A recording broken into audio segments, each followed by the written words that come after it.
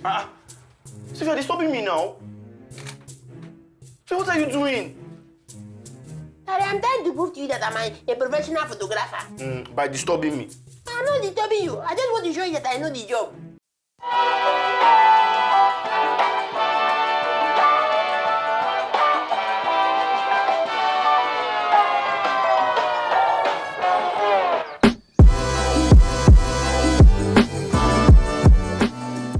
Well, Samuel Ajibola, I'm the first child of my parents. I have 3 siblings. My dad is a retired naval officer. My mom is a retired banker.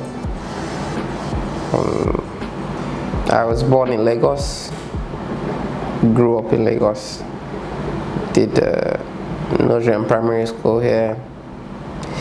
I personally am a creative person, but lover of music, arts, and drama. I love sports. I do a lot of sports. I swim, play soccer, play snooker, I play table tennis. I love watching movies. I love reading. Very old-fashioned, light-hearted, intelligent, intellectual, traditional, psychological, a whole bunch of other stuff that makes my personality who I am.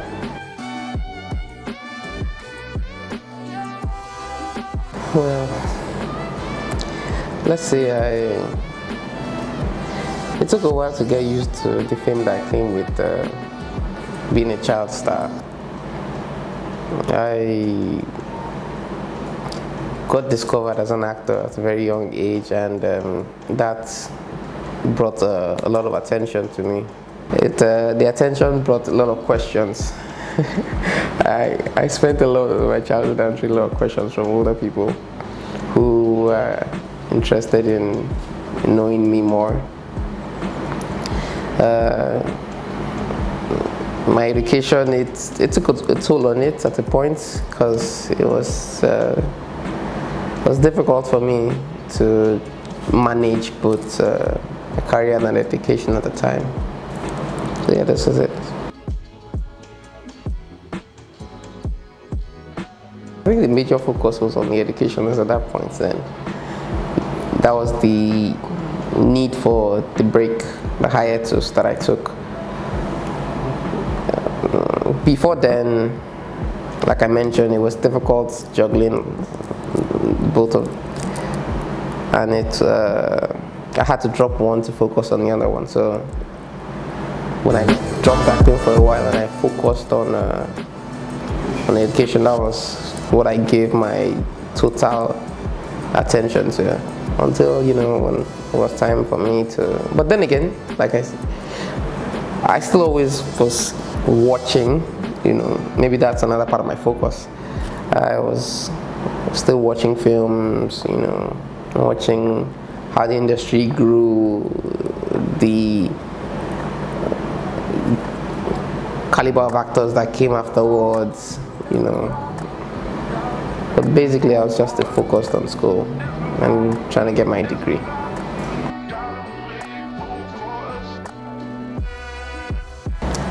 The character came at the time when I had already gotten the opportunity for the Johnsons. In fact, I had done the first season, and that was just right about when I was rounding up my university degree. So I managed to get a bit of knowledge on acting from film school. And that changed my perception about how I play characters and how characters, work. Every film, every script, every character has demands, and these demands are the responsibility of an actor to portray in a manner that gives a credible and stellar performance to the audience, and just basically be bound under the constricts of what the writer had in mind when he was creating such character. I knew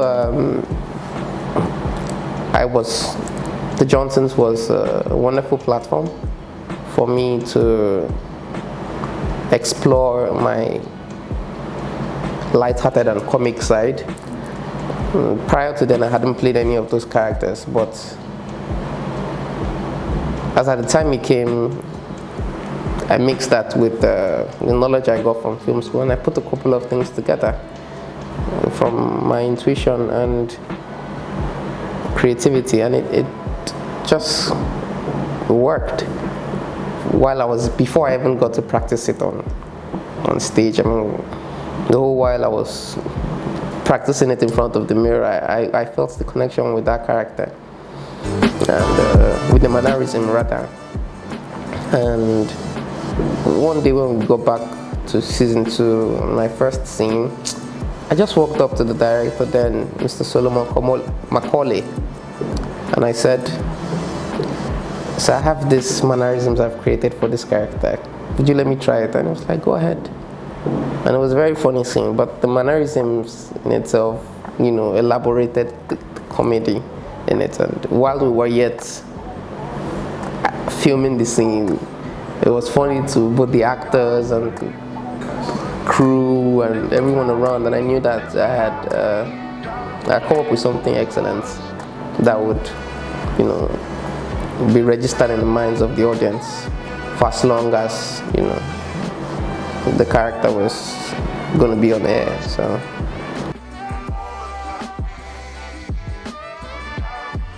honestly, it was at the end of last season, which was the 9th season.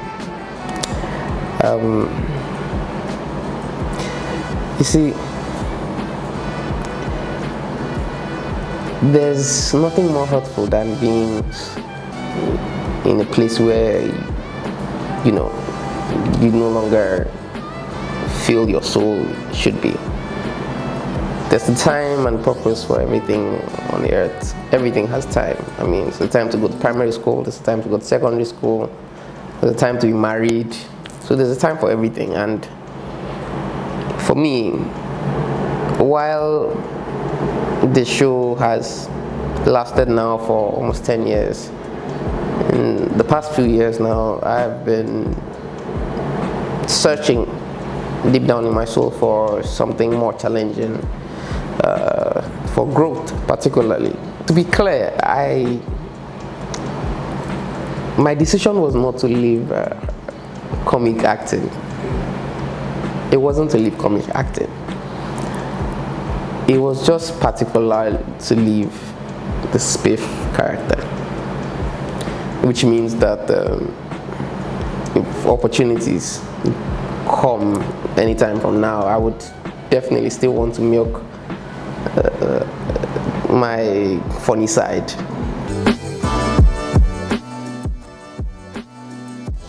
Not at all. I mean, well, I'm not surprised when I hear rumors and fabrications and stories about different reasons why I've decided to make that decision. It was a tough one for me, and that's why it took years to come by. But my marriage, not in any way, did make me feel like I should leave the role. I had been feeling it even before I got married, so.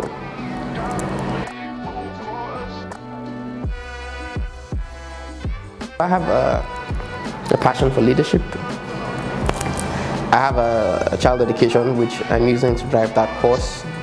Been visiting a lot of young children, mentoring them, inspiring them, getting them to see the importance of reading, importance of, you know, having good morals, which is we've virtually lost in our system, in our culture. Apart from that, I also still want to thrive in the industry. I mean, grow beyond just being an actor. You know, just venture, explore, grow. That's it.